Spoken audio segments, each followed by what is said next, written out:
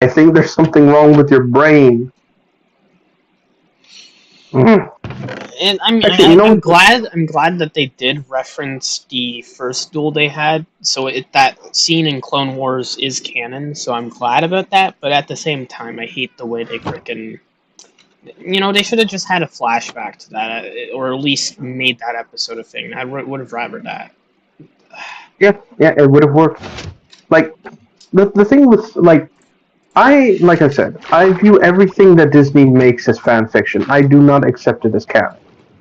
And what's sad is that this whole story with Fett in the true canon and what was originally there was fucking amazing.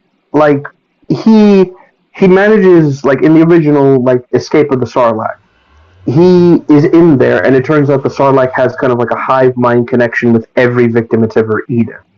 And he manages to connect with like the first victim, which was like this ancient Jedi master, who's been able to retain his individuality within the creature's stomach. And so Fett manages to convince the Jedi to release him just enough so he can use his jetpack's fuel not only to escape but burn a hole through the creature's body. The Jedi agrees, he manages to escape, and just as he gets out, one of Jabba the Hutt's rivals carpet bombs the area, completely destroying everything and killing the Sarlacc in like one go. So not only did he manage to get out of there, he got out of there before everything was vapor. But the ironic thing about that is that later on in his life, he actually winds up losing his leg to cancer caused by the Sarlacc. And he actually has to kind of live with the fact that he's not a complete human being anymore. Again, it's a great concept. We see his growth from mercenary to leader in a very natural way. In the Book of Boba Fett, it's just I want to be a crime boss because reasons. Like Like what? a moral crime boss or whatever. Exactly. I'm just saying, it's like what the fuck? No, no. This is Tatooine. Everything sucks. Like I do you're appreciate that they brought him back because I always found his supposed death to be bullshit. So I appreciate in both canons he's okay because he was a yeah, and favorite. yeah, in the like I said, in the true canon, his story takes like a really interesting turn. Like, for example, it turns out Fett actually has a wife, and they have a daughter together. But because he's such a well-known mercenary, and the fact that like here's where it gets crazy, right? So in the true canon, Fett actually has a moment where he considers like living a normal life, like actually retiring from bounty hunting and living with his wife and just kind of abandoning it completely, right? So he even like lives, he goes to Concord Dawn, a planet where his father came from, and they kind of like settled down for a little while, right? But then it turns out when he's off like doing a job for a friend, some what is it? Some like I think it's the son of the governor, I think, of the planet, comes and attacks his wife and actually rapes her. Like full on, they even say it's like this is what happened.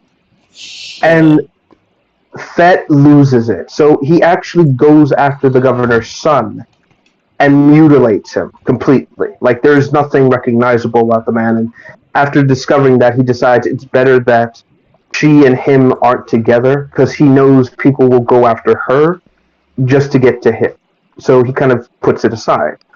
And, for a while he's like that. It turns out he has a daughter, and it also turns out that prior to all this, like before the Clone Wars even happened, one of Django's clones escaped Kamino, like 5 years before, actually, sorry, like several years before the whole army was supposed to be discovered. So he's tasked with finding this rogue man and kill him.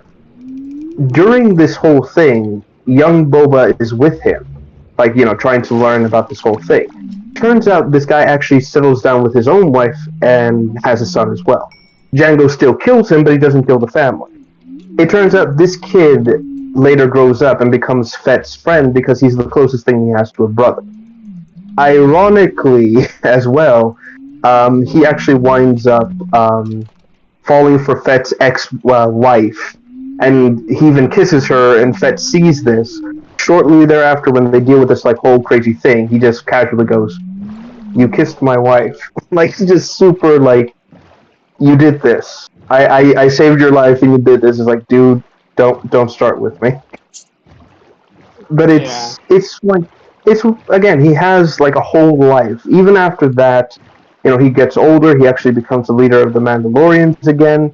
His granddaughter actually hates him because she specifically says, out of you're a man who could have found anyone in the galaxy, but you never bothered to find me.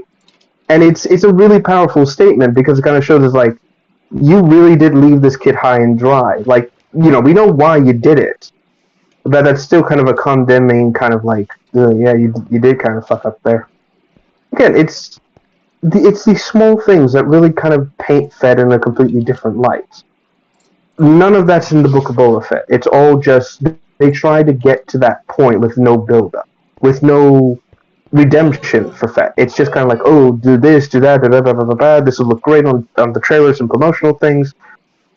All fluff, no service. Yeah, It's it's just just so. disappointing. Yeah. It's all in service of just let's do this because it sounds good. It's like no, stop, fucking stop. You're ruining the character further than it already has. You had an opportunity and you're squandering it now. Please stop. I still think he was done pretty decently in Mandalorian, though.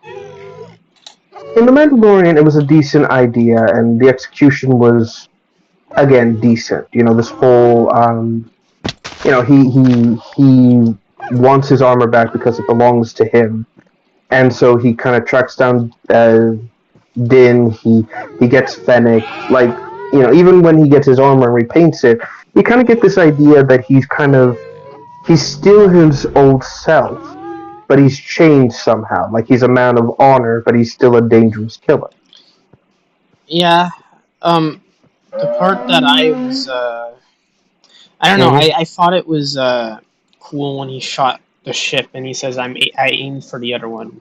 And I fucking quote Mm-hmm. that a lot because that often happens for me. It was like, yeah, it's like, nice shot. I was aiming for the other one. It's like, yeah, he really was. It's a good thing, really. Like, and that kind of shows, like, another good aspect of Fett is that, how do I put it? He's not in his prime anymore. His equipment isn't top of the line, so it's bound to make, like, mistakes like this without intention, and yet he manages to make it work. But instead of trying to claim like a false, like, oh yeah, I totally meant to do that, he's honest. It's like, yeah, I wasn't aiming for that. I ain't gonna claim I was. That would be dishonest. It's a nice little thing, and it kind of shows how different Fett is compared to like what he used to be in his youth, which is again something interesting. Another like detail I would have liked them to explore is that Boba is older than Django. Like, he's actually outlived his father at the time of his death. And an interesting detail would have been, like, Fett reflecting on that, maybe even saying, like, to Fennec, as he's looking out from the palace, kind of saying, it's like, I'm older than my father. I've managed to live longer than he has. And I don't know what to do. Mm-hmm. Like, it would have been an interesting, like, self-reflective sort of idea to kind of show Fett, like, he really is having a crisis of he's having an internal crisis because he doesn't know how best to live his life. Like, again, his father died young, and all he's ever known in life is fighting and survival. So how do you make a life for yourself when you've not only surpassed your father in terms of life, but you have more experience than he would have ever had? Mm-hmm. Again, it's something to consider, and I think something more concepts like this should really explore, like especially if a character dies in media, like how everybody else reacts towards them and how that person's death affects the group, not just they died and therefore we should honor their memory by completing the mission. Just like when that's over, how do the characters react? How do they take that person's death? And how do they not only cope with it, but how do they also move on from that traumatic experience? Like, how do they live with this knowledge or try to make the most of it? Yeah. You know, again, it's small details like that that really kind of show that these are kind of what's it called? These are things that media should probably kind of address every so often. I'm not saying like, oh, it's a moral blah blah blah. I'm saying more in the sense of like, it would be like great character development instead of just saying their death affects me, but I'm not going to show any detail because I'm too cool for school. You Yeah. know, again, it's just those small things where I think they really do need work with it. Again, it's kind of like the problem with the Sonic series as a whole as well. There's never anything like that with Sonic. No outside of Forces, nobody really changes. No one really develops. I mean, like take Knuckles for example. He's supposed to be the last of his kind. If I found out I was the last of my species, I would be having an existential crisis every single day. Huh? I would just constantly wake up in the morning going, I am going to die, and and my existence as a species is going to go with me, I mean, and then unless scream. Knuckles is like, okay, I'm gonna fuck Rouge and interbreed and create a new species of bat and knuckle hybrids. You mean Bat Echidna hybrids? Yeah. Bat Knuckles. I mean, technically that's true. He's his own species now. He's the only one left. It's not I Echidnas renamed anymore. my. He's a Knuckles. I've renamed my species to Knuckles, and no one can take that away from me because I'm the last one. Yeah, it's pretty much like if I named the human race Jordan. Yes, I am Jordan of the species Jordan. No, that's not confusing. Why do you say that? See that reminds me of the Halo TV show, the shitty one, where they're Mhm. like, they name instead of using New Alexandria on Reach, they call it Reach City, and that's like if you call freaking New Mombasa Earth City. Exactly. Like what? Okay, so you've named the city after the planet. What the fuck is wrong with you? Yeah, where you just it's like if we named freaking Earth Hmm. Human World or something like that. Something generic. It's like, Well, okay, I actually, need you now to that I fuck off think now. about it, why the hell is Sankelia? Okay, Sankelios is the freaking home of the Sankeli. That's like if we called it Humaneros, the home of the humans. I think I actually looked into this a bit. So according to so a while back, right back when the Halo Legends was a thing, I spoke with I oh no Mhm. oh no What happened? he, he died. Who did? I'm hold on. Did this happen?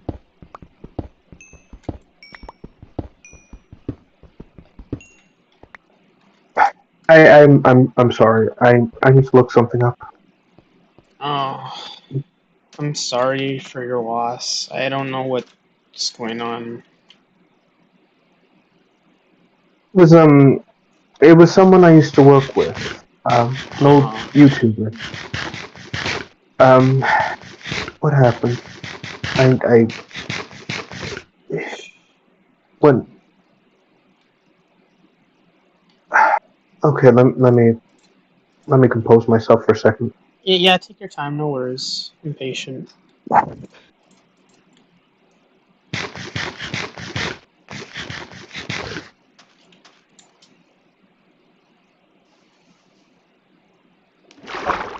Yeah, let me see.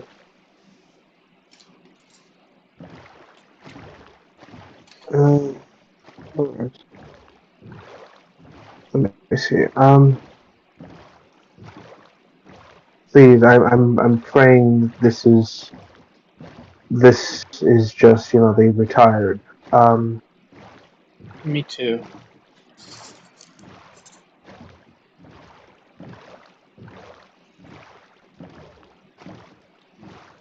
let me see.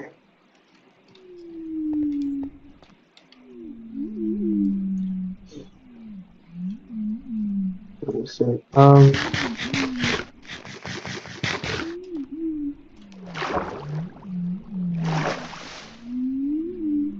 Where is it?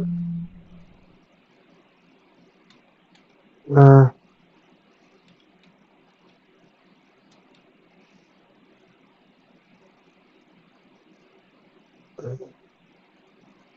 oh, he did die. Hmm.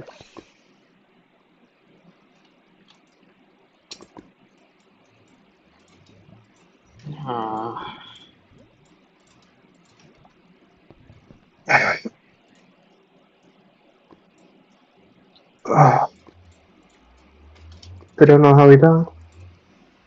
Just happened.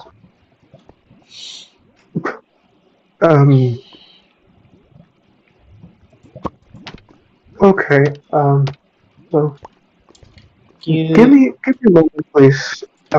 Yeah. Let me process this. Just a moment.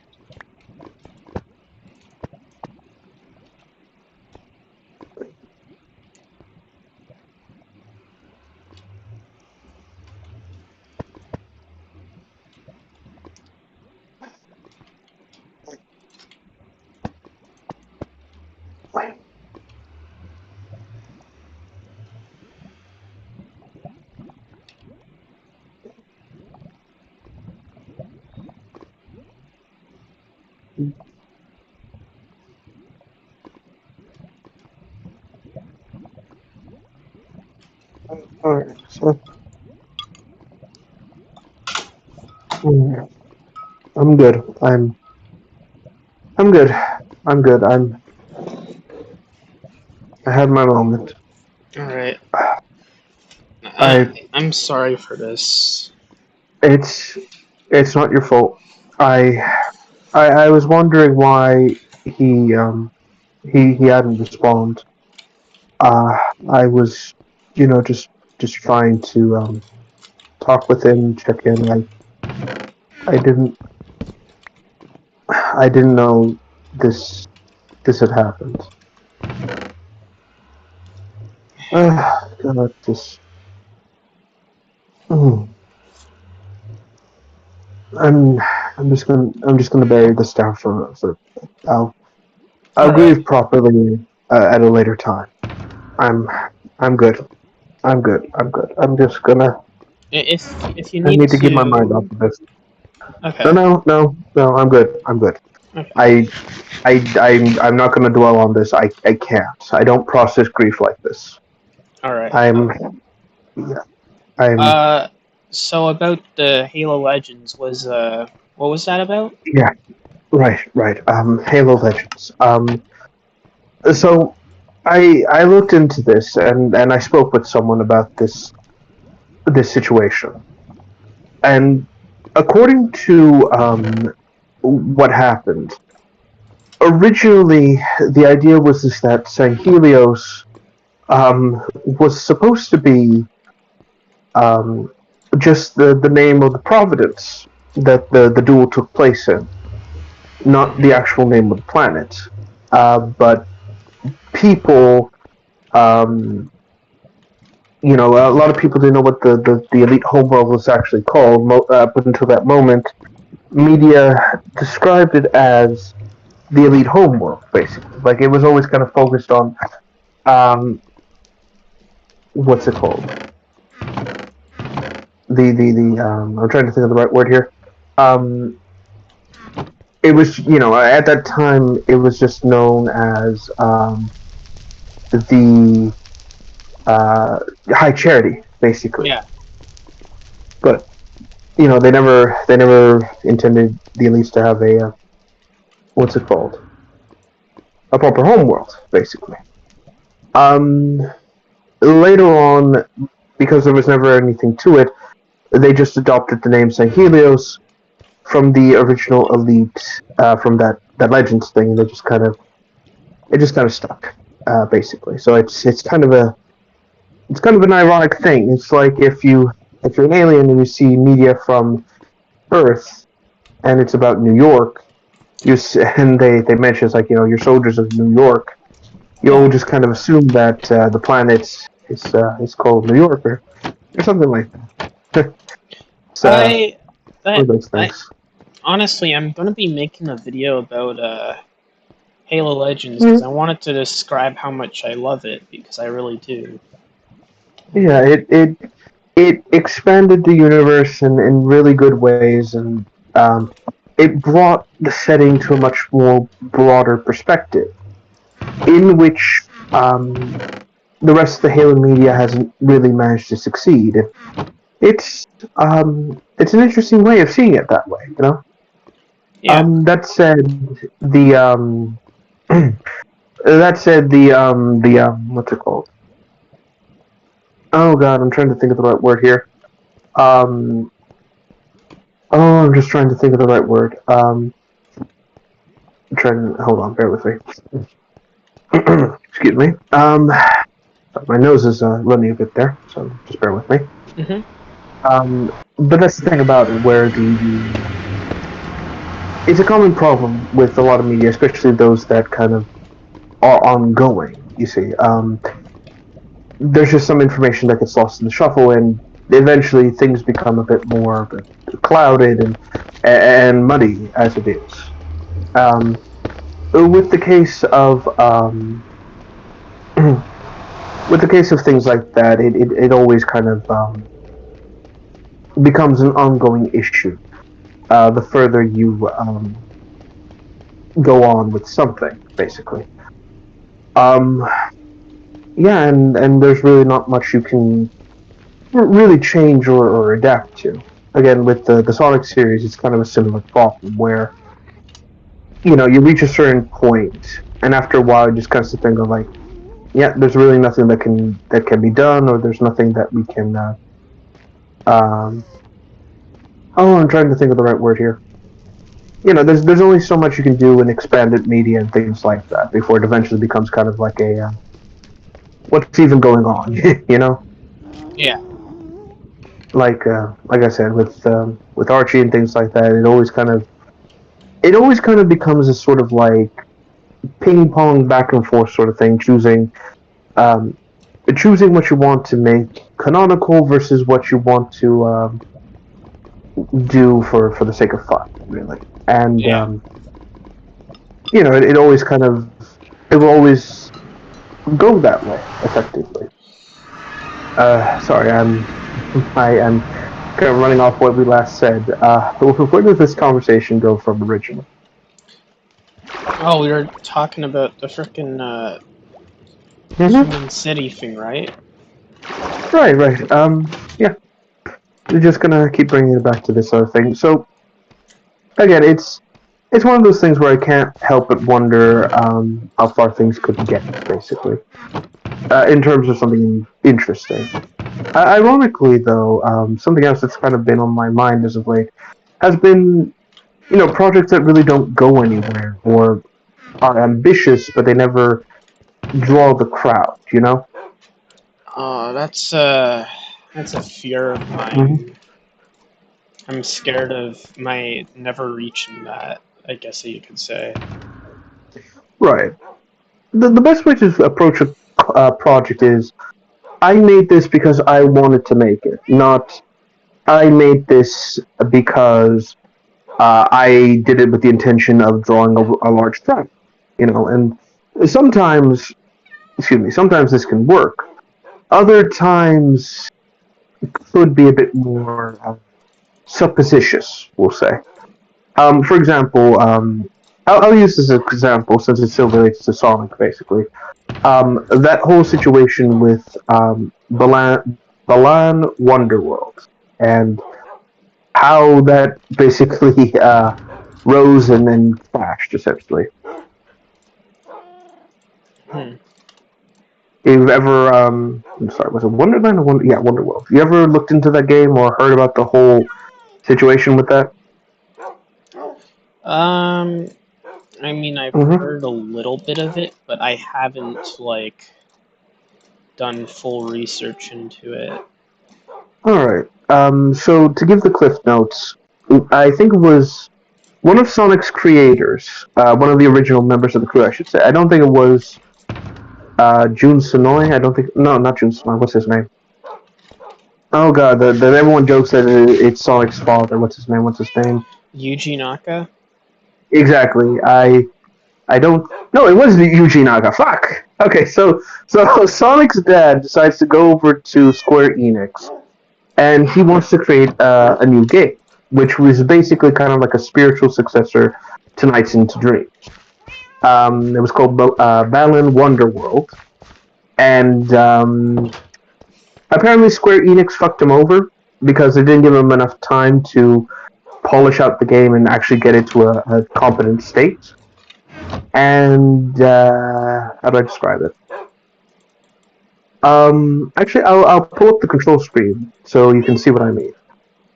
So you know the philosophy old Japanese heads used to have, where it's like games can't be too complicated for the Western audience. Yeah. All right, so this game takes that to an extreme. Here we are. I'm going to give you the, I think the PS4, PS5 controller here, and like brace yourself for how complicated this entire scheme is. So I'm going to put it in private here. In just a moment. Bear with me a second. Hold on.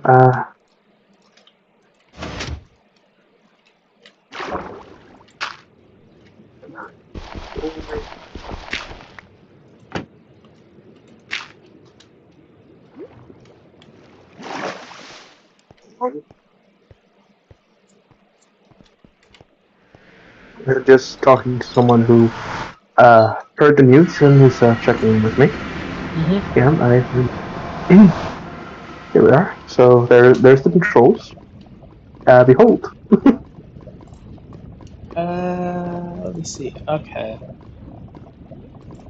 Shit. So It's not loading. Oh, now I can see it. okay.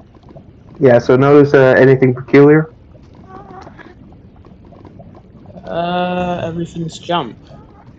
Yes. Every button is jump. So here's where it gets insane. The game has a focus on you collecting costumes, which basically act like your paladins. The costumes are all based on creatures you find in the game proper. So they're kind of like, how do I call it? Like Knights' Nightopians, kind of, except they're all unique to a specific world. And the designs are kind of cutesy, in the sense of like, you can tell this was someone on the original Sonic team who designed the characters. So let me just put this here. Bear with me a moment. I hope it's not too large. Yeah, it is. Fuck you, Discord Nitro. There we go. So there we are. Oh yeah, I can see that. Yeah, it has that old Sega team energy to it, right? So basically, the goal was to find a costume in the world, dress up as this character, and you would get one ability. The ability would override your jump button. So if you had a character who could fire like fireballs, you couldn't jump Mm-hmm. at all. Like, and this game has platforming. Let that sink in for a second.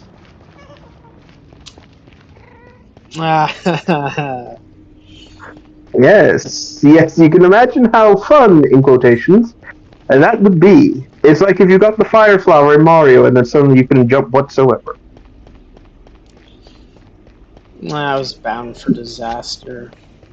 Yeah, the game was universally panned because the controls were very bad, the level design wasn't very intuitive, you had to grind for certain costumes, the game was simultaneously too easy and too hard, and apparently at some point it wasn't even going to have cut scenes. But they managed to convince Square Enix to let them do it. The story also... Well, here's where it gets insane. The game originally had a story, but they couldn't do it because Square Enix fucked them.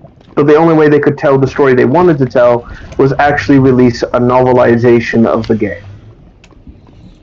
Honestly, hearing this makes me happy that frickin' Square Enix failed Forspoken. Yeah, well, I'll get to Forspoken in a bit. Don't you worry. I've got a lot to say about this cringe game and its cringe dialogue. But there's a bit more to this. So, what ends up happening is that, like I said, the novelization has a lot more about the characters, and it kind of shows like, okay, this isn't so bad. Um, this is also where it kind of gets kind of weird. So the main mascot themselves, there's two of them. There's the aforementioned Baland, who is basically what's his name, Knight from Nights into Dreams, and then there's Lance, who is the Riala of the game, basically. So both characters are kind of like opposites. Their color schemes are completely different. It's all that sort of thing, right? So here's where it gets weird. It turns out, and again, I'm not joking about this, their forms are actually not their true forms. It's more of, hey, this is, how do we call it? This is just our evening wear that we put on for the guests who come into this whole theater thing, right? Let me see if I can get a good image. It basically, how do I put it? It's almost like a furry fursuit kind of thing, you know? Where the real person's inside of this weird costume. Yeah. Right. So the characters themselves, like once the costumes come off. Alright, here we go. So I think this image would work. So this is just kind of showing the concept art here. You can actually see the watermark at the bottom. So put that there. Again, you can tell someone clearly from the Sonic team worked on this.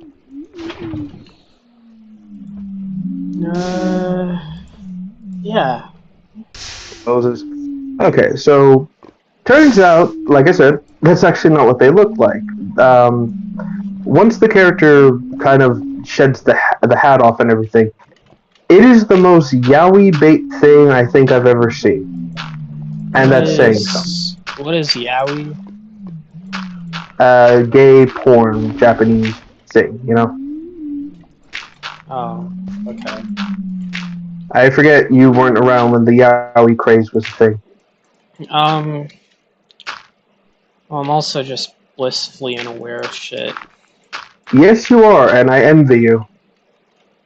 There we are. I guess the closest thing would be like the most femboy-looking individual you've ever seen. Yeah. It's like, Jesus Christ, what? Why? I think the thing was like they knew people wouldn't be like interested in this weird flying gesture, so like, okay, how do we appeal to the people? Quick, make them look hot so we get the weirdos. And just run with it. Yeah, that works. Again, like I said. Well, again, if all else fails, appeal to the horny. You'll always have an audience there. I guess Atomic Heart proved this. Yes, with the sexy ballerina robots, it turns out they're not actually robots, they're people. They are? Yeah, they're, let me pull up the model here and I'll show you. Apparently it was like a last split-second decision where originally the idea was is that the robot's faceplate would actually open and the protagonist would actually see his wife's face underneath. No, yeah, I was expecting you to say her skull. No, here it is. So this is the original character's face. So this was supposed to be what was underneath the faceplate that you see. Hopefully this isn't too large. It has some minor rigging, but not a lot.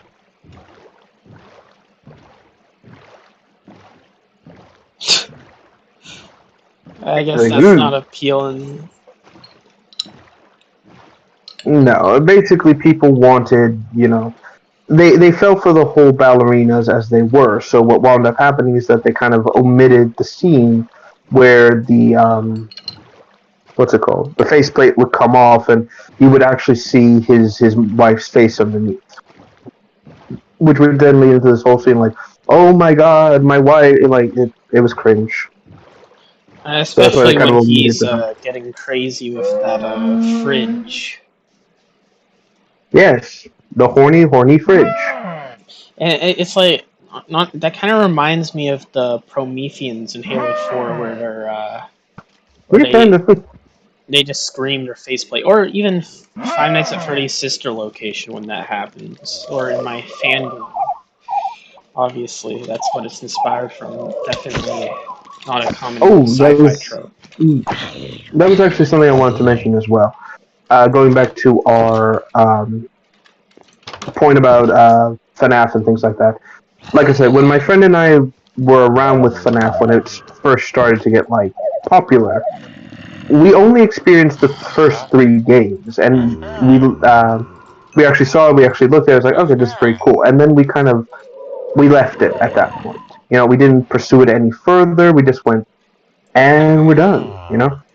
Since then, I have not bothered jumping back into the FNAF franchise at all. I just kind of sat there and went like, okay, that was the thing. You know. Yeah, Somehow, I feel like I dodged a bullet with this. yeah.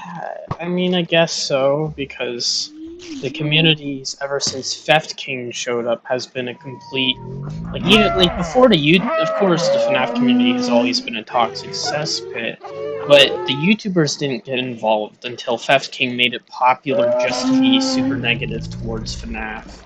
Because before it was too positive, now it's too negative. It's kind of during the Star Wars phase, I guess, where they just hate anything that comes out of the franchise, but they can't leave it, you know?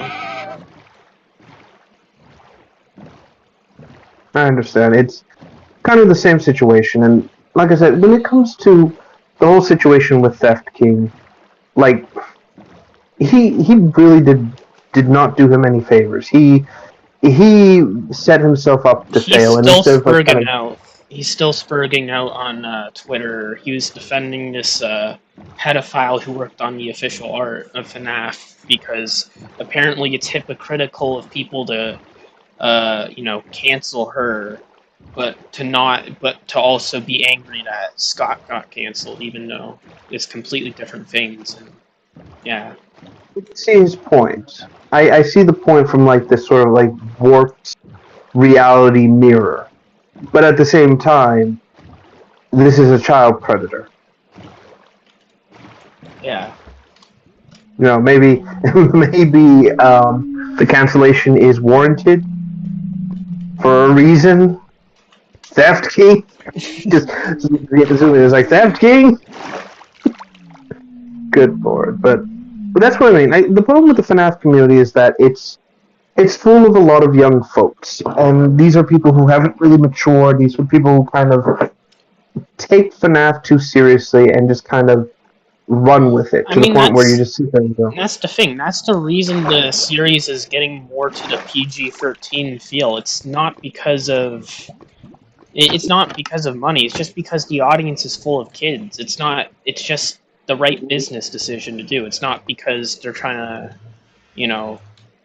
It's just. It's like, oh yeah, like I see so many of these fucking FNAF fans just complain. Oh, why isn't the series rated R? Why isn't there blood and gore everywhere? And you know for a fact, if there actually was as amount of blood and gore as they wanted, they'd still be bitching. But the point is that they're just freaking always complaining about that, and it's like, the most of the people in the community are children. I think it's right for Scott to be like, we can't have all this drugs and alcohol and swearing and bloods because at the end of the plus day, he's a pretty what's the word? Plus he's a very he's Christian. he's a good-natured man too, Yeah. so you can't really fault him either. Let me see, but yeah, it's also another thing where this is what a lot of people tend to fail about when it comes to horror.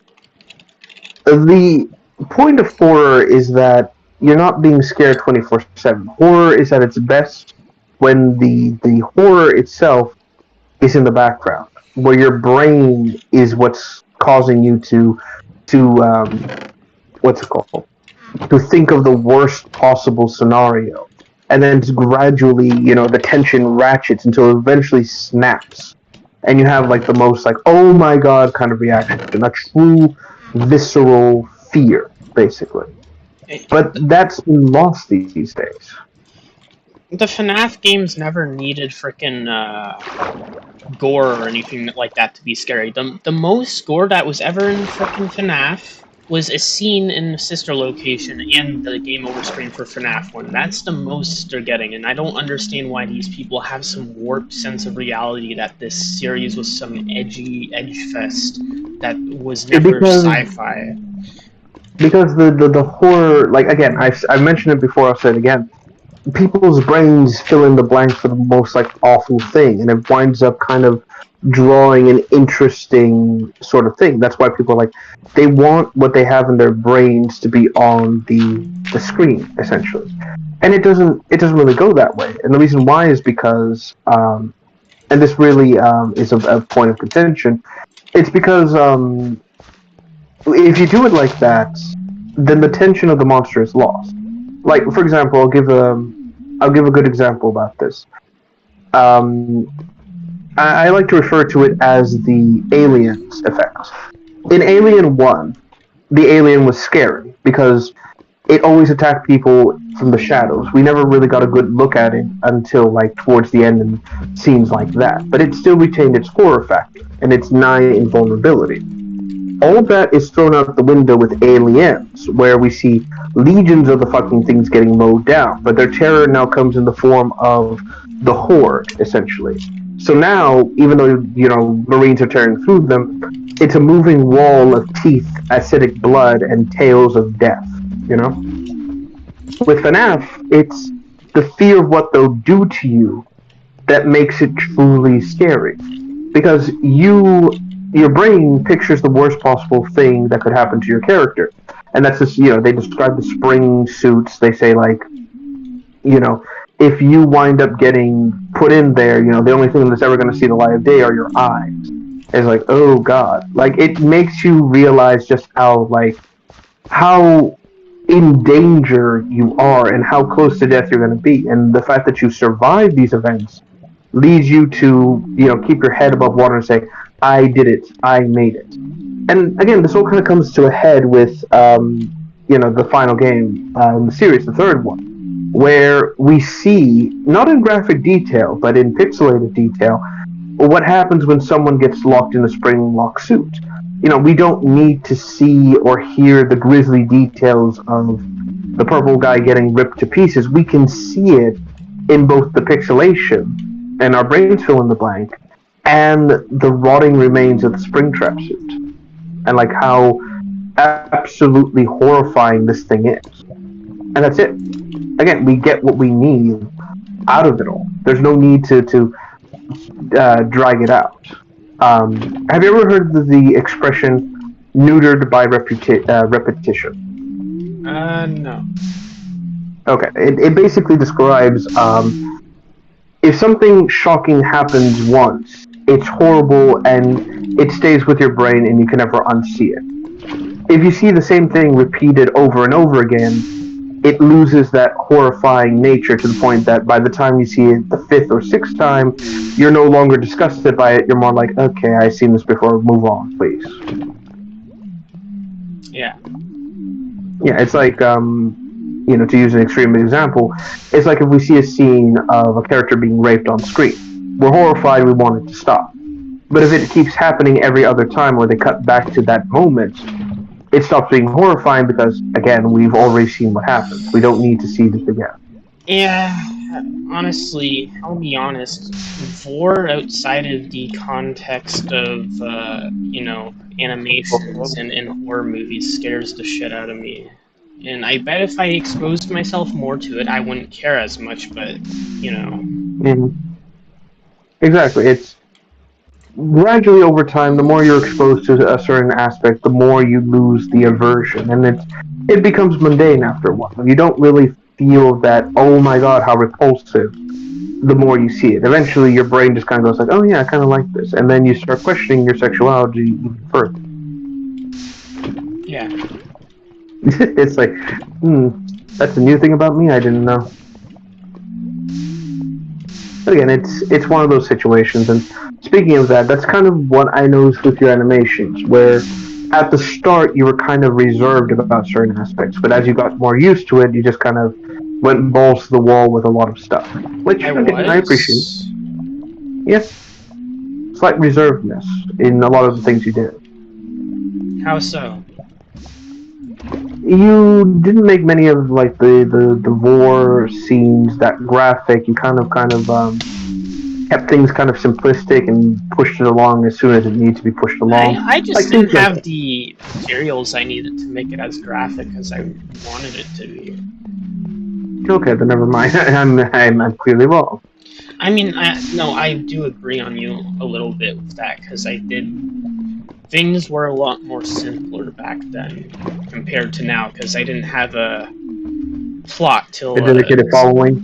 it was Stinky Boombutts that kind of established it was a universe, because that's when you actually got to see, what happened to Sonic and Tails after. And then I Yeah. tried to start too much shit at once, and I kind of just, I couldn't Burned handle it. yourself out. I couldn't take it. I couldn't take it. I couldn't take this shit no more, man. So I wanted to do Sonic Armageddon. Now that's the main thing. And then there's Chaos Buttons that we're gonna work on later. So, Well, but hopefully with two people working. When it happens, you know what's going to happen? People are going to see animated by 4Tube Animations, and then you know what's going to happen? They're going to see us. It's going to like be popular. People will be like, "Oh my god, the 4Tube Animations!" It's like when the Sonic Forces trailer said, "From the people that brought you Generations." And Exactly, and then when it isn't that popular, and people are like, "Oh, this fucking sucks," and then you're gonna be like, "Well, I didn't do this; it was this." You passed the buck. Yeah. Yeah, but no, like I said, if there's two people working on this, the project should at the very least go a bit more smoothly. I think, especially if I'm setting scripts and stuff like that. Plus side about that, we don't need to, like, the scripts aren't set in stone either. We can just kind of change it on the fly if need be. And with two minds looking into it, I'm sure we'll have, what's it called? I'm sure we'll have like kind of like a, I'm trying to think of the right word here. The right appearance and the right kind of like, oh yeah, this will work, or oh, this might not work, you know? Yeah. Okay, it's something I'm excited about, and honestly, I love the idea of just working with you. Yes, me too. Yeah, you're, like I said, it's nice to see someone so young, so interested in this, and actually being so relaxed, you know? Like, not taking it seriously, not going like, I need this to be the most perfect thing ever, because I don't take it seriously. I kind of just do whatever, whatever I feel is right, and I will say I kind of am a little bit freaking crazy. If you watched Escape from the Gay School, where I walk on all fours, scream, "I'm the autism." Well, I freaking said they're raping people in the cafeteria outside of the fucking school. Like I can't like say I'm completely chill, but that's just me playing a character. Right. Again, and that's completely normal. Well, normal in the sense of like you're playing a character. Yeah. And like I said, with this, I mean, there's nothing about this concept that should be taken seriously. We're taking inspiration from a fucking anime where the women fight with their asses and breasts. Yeah. There's nothing to be taken seriously about this. This is lewd fun for the sake of fucking lewd fun. There's no overarching plot. There's no, we have to stop Sticks from doing something. It's just dumb smut. I mean, for Sonic Armageddon, it's shit. It's the same case where, because Styx isn't trying to be a hero. She's just doing whatever the fuck she wants. She doesn't go after Ken Penders to be a good person. She just does it because he stands in the way of her style, if that makes sense. Yeah, exactly, which is completely understandable. And the same is said with like this whole thing. The whole goal is just as cliche as it sounds, she just wants to have fun with this whole thing, and she discovered the crystal's ability, and she's like, you know what? I'm going to share this with my friends, and yeah, here we are. you know, Mhm. no, there's nothing more crazy about that. It's not one of Doctor Eggman's nefarious schemes. It's just a Badger girl wanting to share the new experience with other friends. Yeah. That's it. Like point A to point B, simple as fuck. See. But yeah, that's honestly that's really all I can really think about in terms of that. It's just there really is not much else that could be said for oh god, Nick. Um, for these kind of characters or for this kind of concept. Again, I think the only major thing that would require us to work on this project more would be what's the word? Oh, bear with me. Would be oh god, hold on. Um, I had it in my mind. Bear with me. Just basically how the plot would go out and how we want the fights to be. Like I've got some idea where with what's her name? Like with some of the fights, like with Cream, I'm thinking it's an easy fight because let's face it, Cream is a fucking little thing. I doubt she'd be able to stop it. So like this sort of like I should also mention how we want to set up this kind of like fighting tournament. Do we just want to? Again, I think the goal is just to kind of focus on Styx and her, or sorry, Tangle and her kind of like ascend from the ring. And I guess maybe have Styx mention that the fights basically go like this, where everyone gets an opportunity to fight. It's just that we're focusing more with Tangle, and as a result, Tangle's fights are more the main focus, basically. Mhm. Yeah, I think that would work better. In terms of as for that concept, let me think here. In terms of that concept specifically, I'm also thinking, like I said, with Tangle being the main focus character for all this, maybe her, like I said, I'm thinking for the first fight, knocks Cream out of the arena really easily, and how do we want her to be humiliated as a defeat, or do we even want her to be humiliated at all?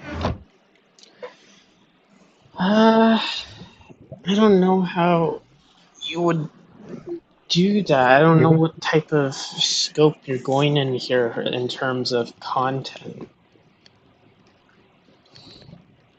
Like I Um, said, well, it's mostly going to focus on anal war, I think, as like the main kind of like sort of humiliating angle, personally. As for how what's it called? As for how far it would go, I'm not sure if you're still into crap or if you're absolutely not. uh, Hmm.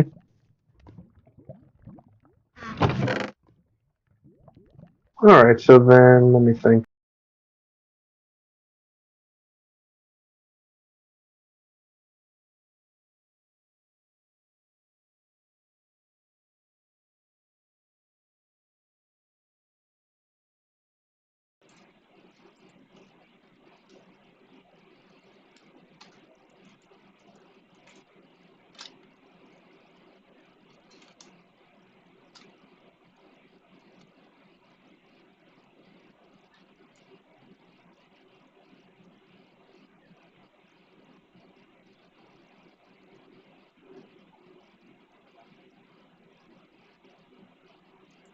mhm,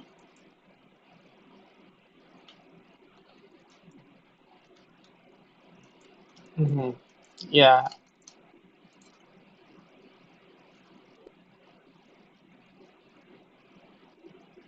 don't want it to just be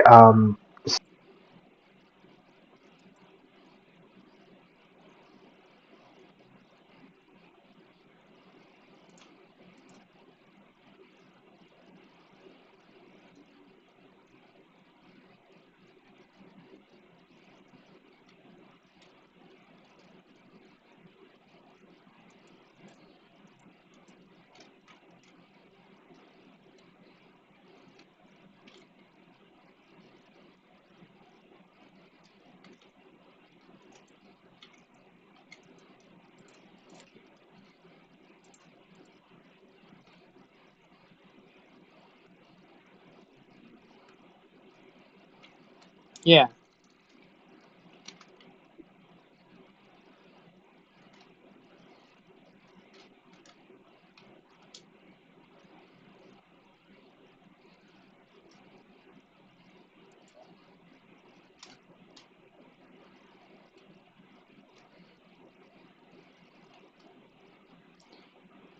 Uh, had like other attacks maybe. I mean, kind of like, if, for example, for Blaze, obviously she could fart and then ignite her farts. You know. So and then Tangle's ass could be like burnt cartoonishly.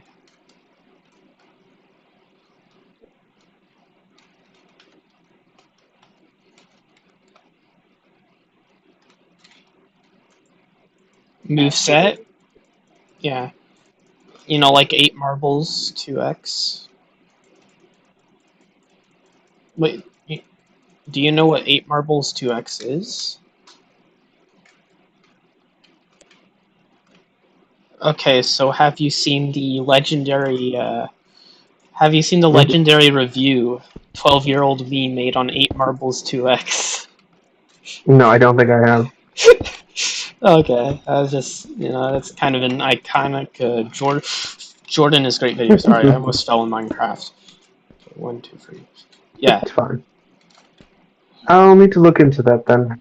But yeah, that's kind of the gist of it. So I'm thinking maybe each one of them has a very potent sort of gas attack and or like an ass skill as well. So maybe for someone like Rouge, maybe she's actually able to create like this humongous gust of. I mean, you could try and actually, I don't know. That doesn't involve ass. I was gonna suggest boob farts.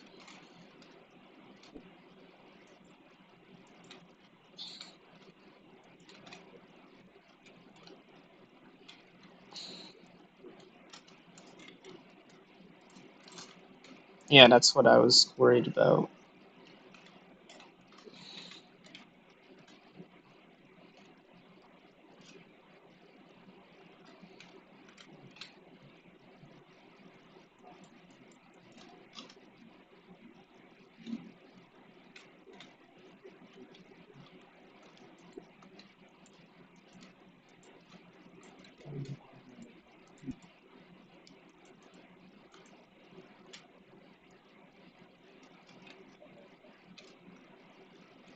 Yeah.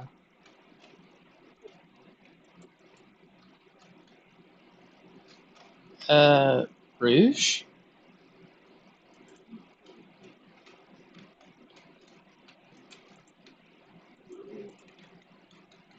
She's a gem thief. Of course she's gonna cheat.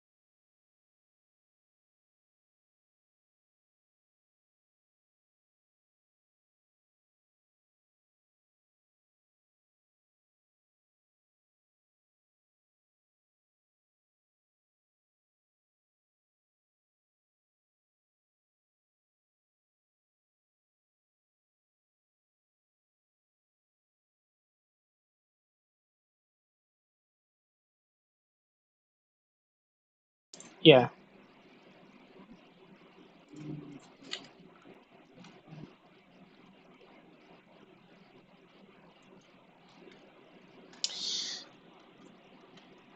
Uh,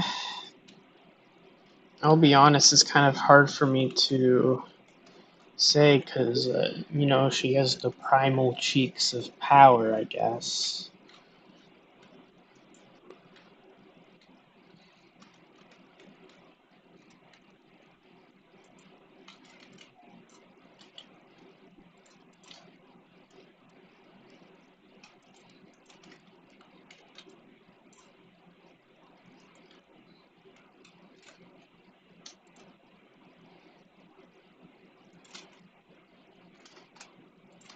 Hmm.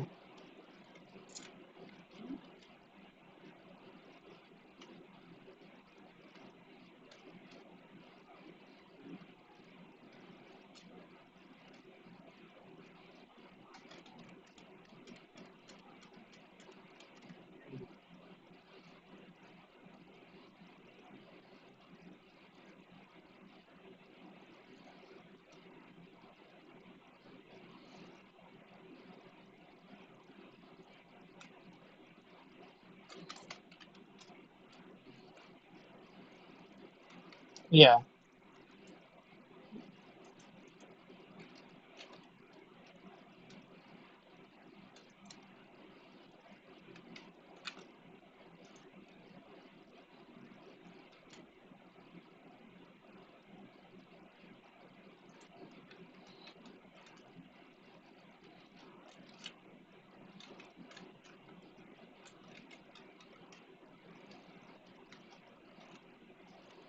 Yeah.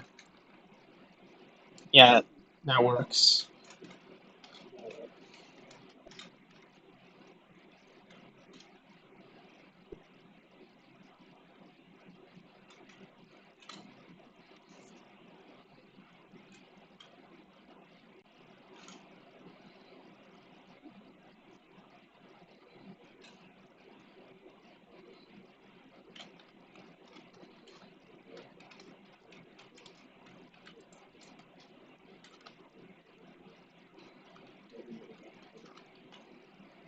Yeah.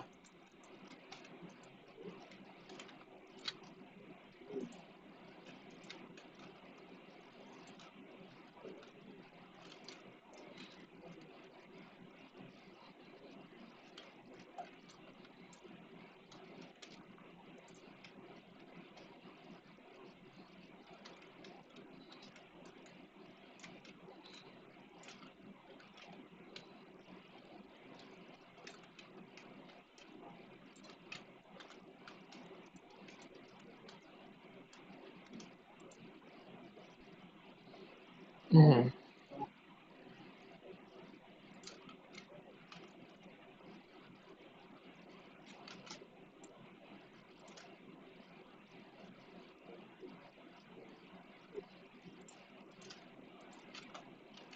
Yeah.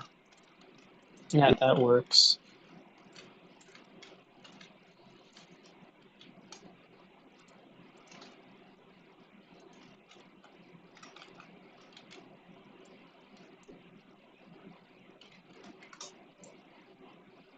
How to beat her?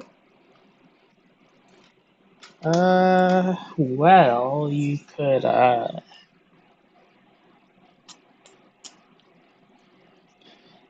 trying to think, because I'm playing Minecraft, and the way to, get rid of, hard stuff is with water or lava.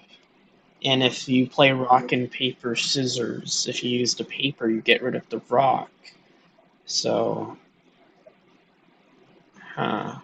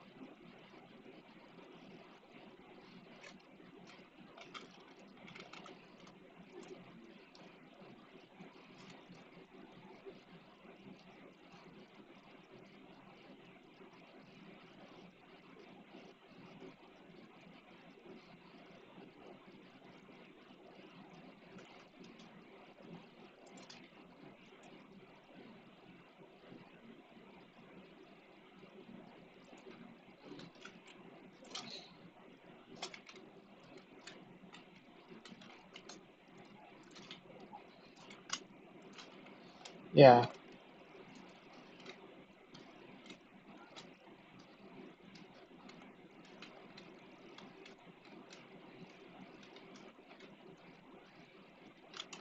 Yeah.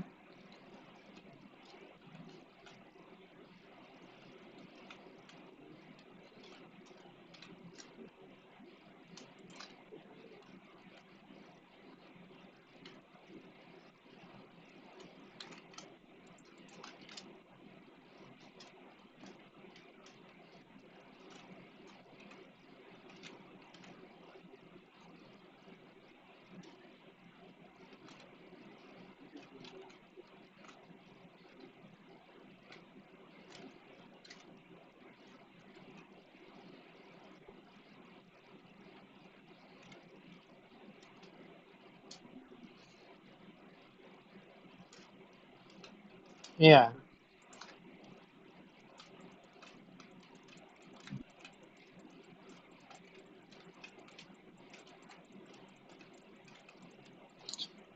Uh, Tangle's tail.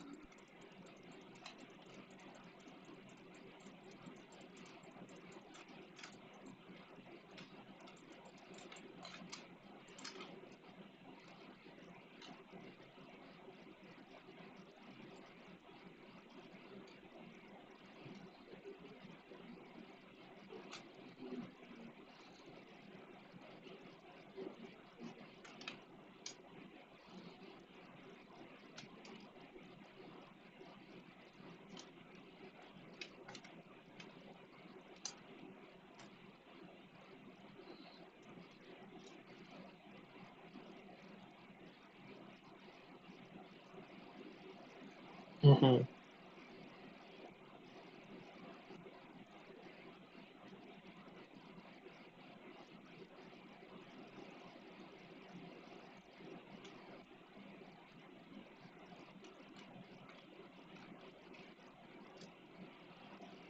Uh, Soon maybe.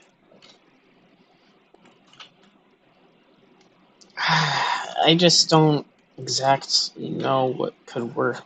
To be honest, I'm sorry.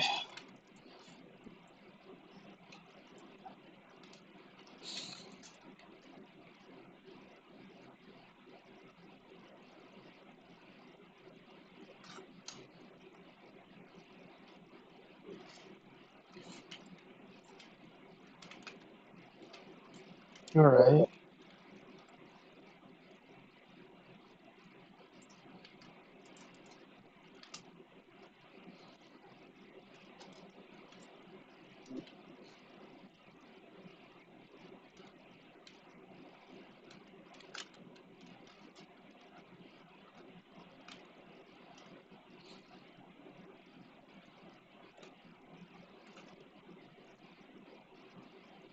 Uh, Prologue.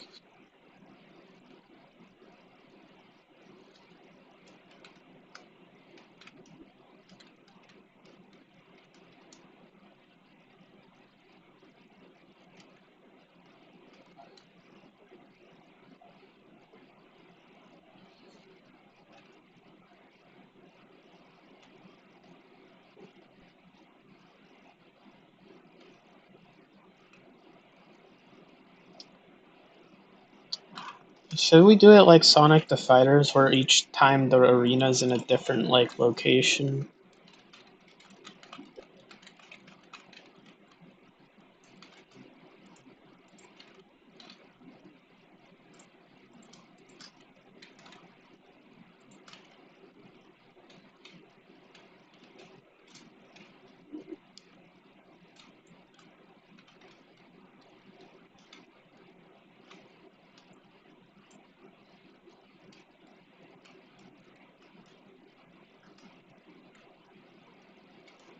Yeah.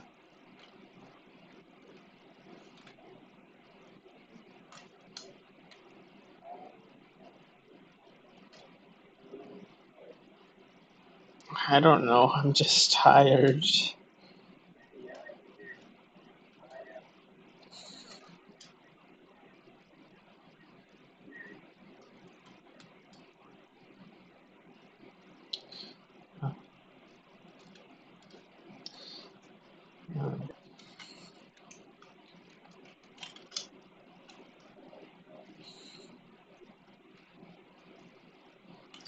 Anytime. It's a Saturday, I guess.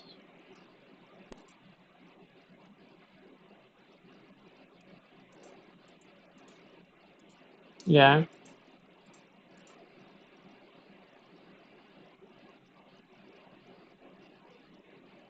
Yeah. Yeah.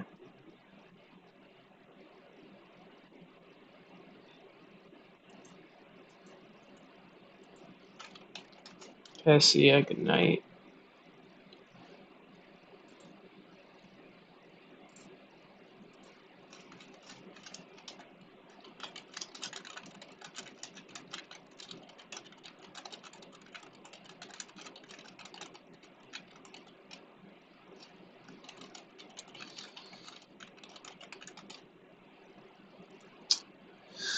Okay, guys, so essentially right now. Oh, nice.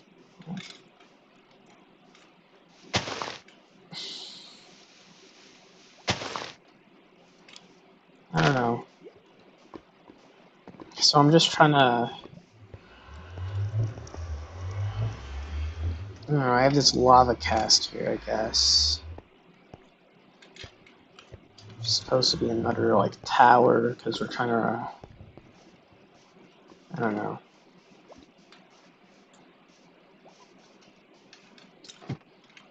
Kind of just colonizing with the shredded carrier here. It's supposed to just be a craft of, farming, but can't really get cows up there. So I guess it will last the bottom. Oh,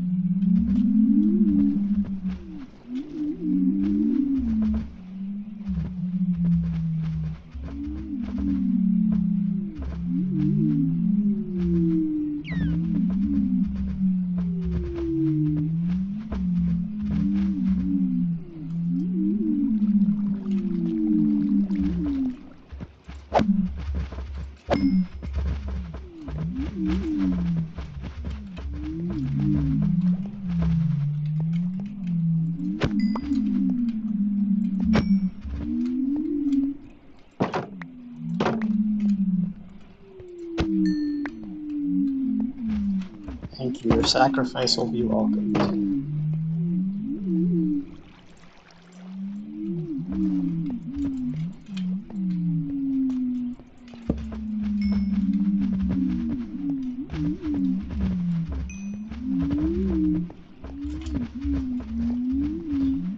Could have expanded the shredded carrier, but since we just made a part here.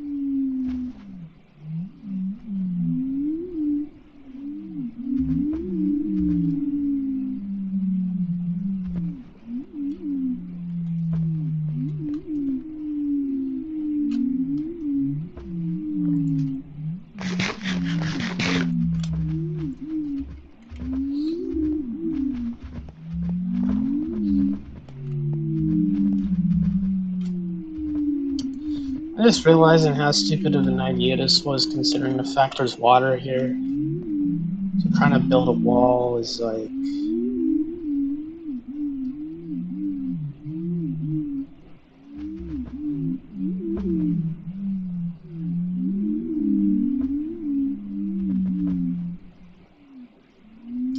I don't know, maybe this is just a colonization ship or something.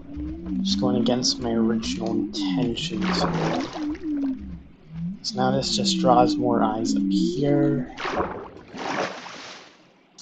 I don't know. I'm kind of too close to spawn anyways, so...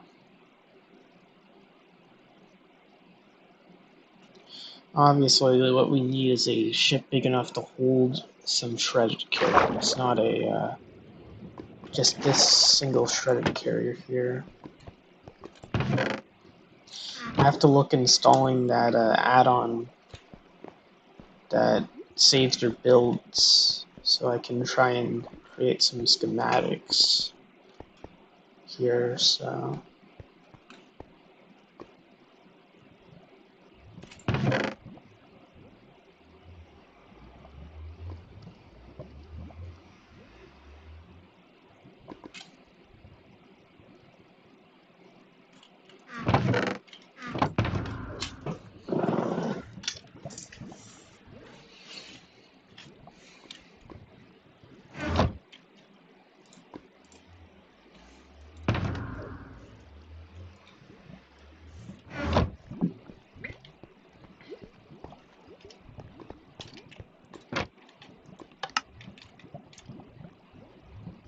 Thankfully, this is not something I have to worry about, because now I have a portal inside here that's relatively hidden, I guess.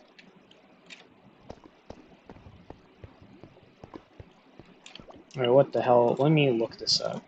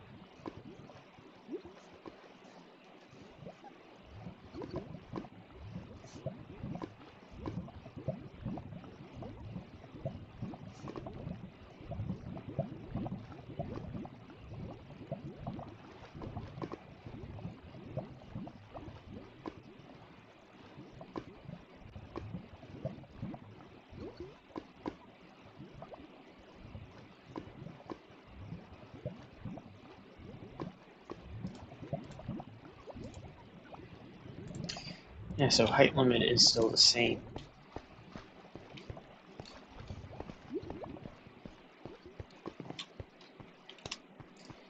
I have the Diplocaulus in there. So we are making a pretty decent stack, kind of like we had in the FBR. Expanding to new lands here. I'm using the classic Titanic Monarch look here for this, I guess. I still have the outfit.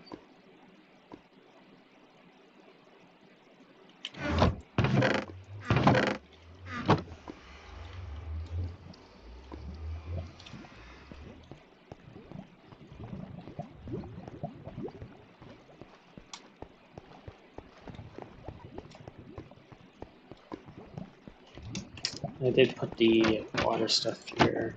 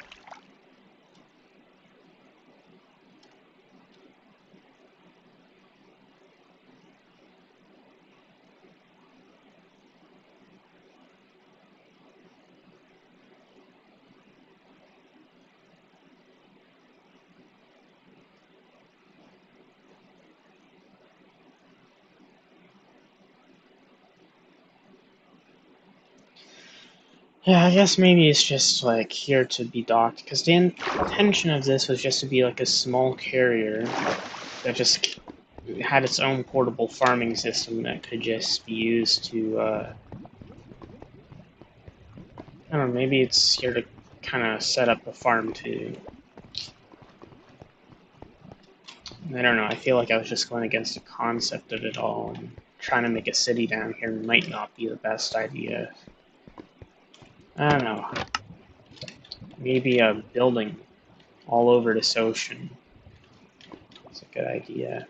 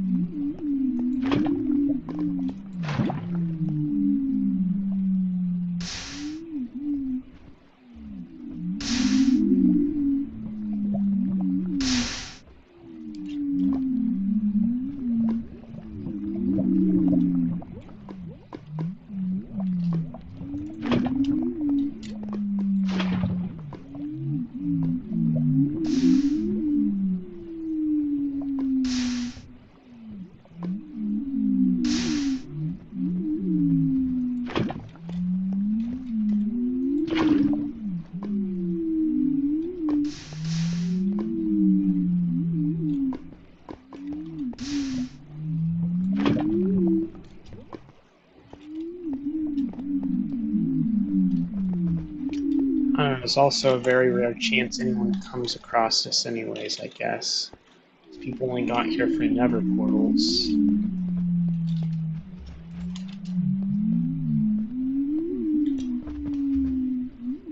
Though I did see someone else's nether portal at the basalt deltas.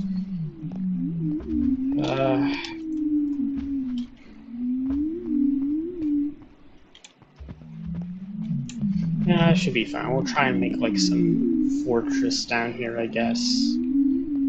Kind of just to be a,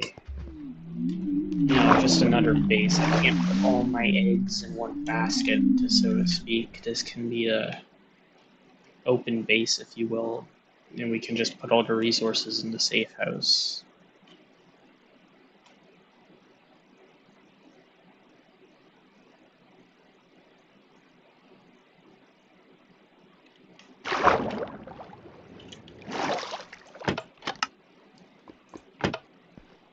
Okay. Anything in here that I want to take with me?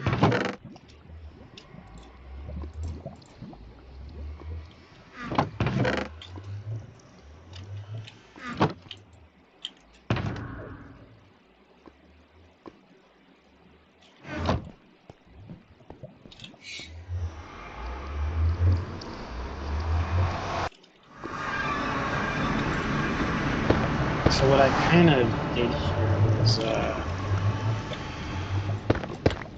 I disguised the nether portal as a basalt delta. Well, basalt. No one will suspect the thing because no one's gonna come here. And I also disabled the original portal.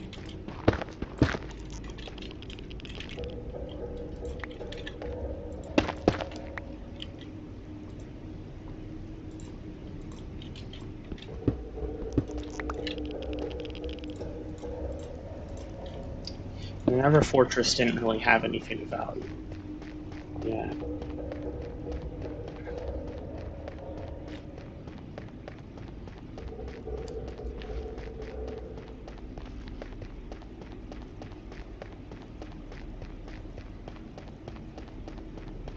But these are the ancient ruins of the first factions, Minecraft faction season. That's the lore for this all. Pretty much after Titanic Monarch launched the Beacon nuke, everything here got blast, and the rest of the surrounding area got turned into a Fallout-looking area. And it's slowly, it's pretty much wiped out a lot of the wildlife, and it's been slowly recovering, and it has recovered, but a lot of damage was done. And this is one of the old factions bases that are. This is just obsidian that was slowly crumbled. And the dinosaurs have taken place of the wildlife that all died out.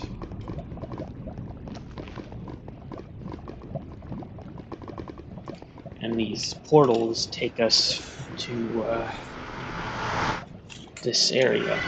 Because that used to be a savanna biome. The ruby armor is actually just diamond. But diamond is, you know, slowly degraded over time, I guess you could say. And inside the ruby stuff, right? Over time, the diamonds in the wasteland got turned into rubies because of the heat turning them red.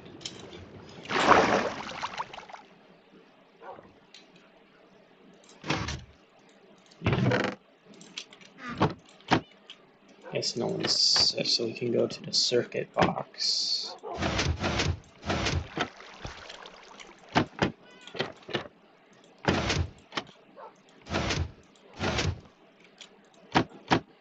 Perfect. Now, there's also a concern with this base. I realized the mine I made down here can actually, so anyone decides to dig down here, they might find a mine, find this place, and raid it. Now, at the village I found, it seems carrots are what's in high demand. So, I'm working on growing those. Hopefully they can start questing kelp. We can get a good emerald running here.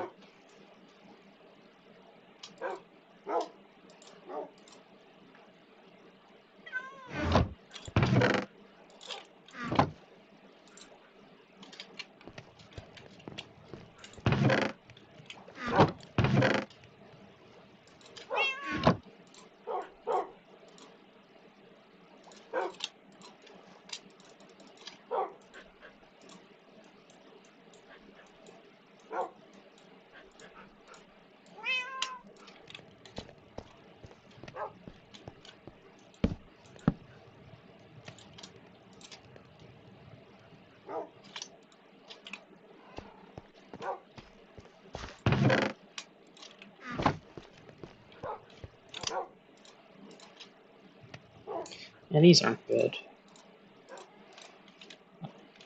I only have 4, 8, 9, 10, 11, 12, 13, 14, 18. Okay, so I only have 18 of them.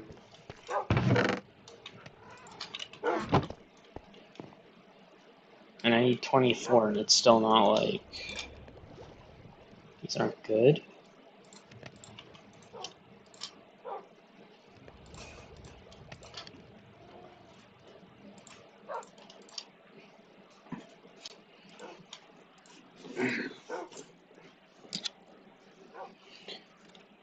Okay.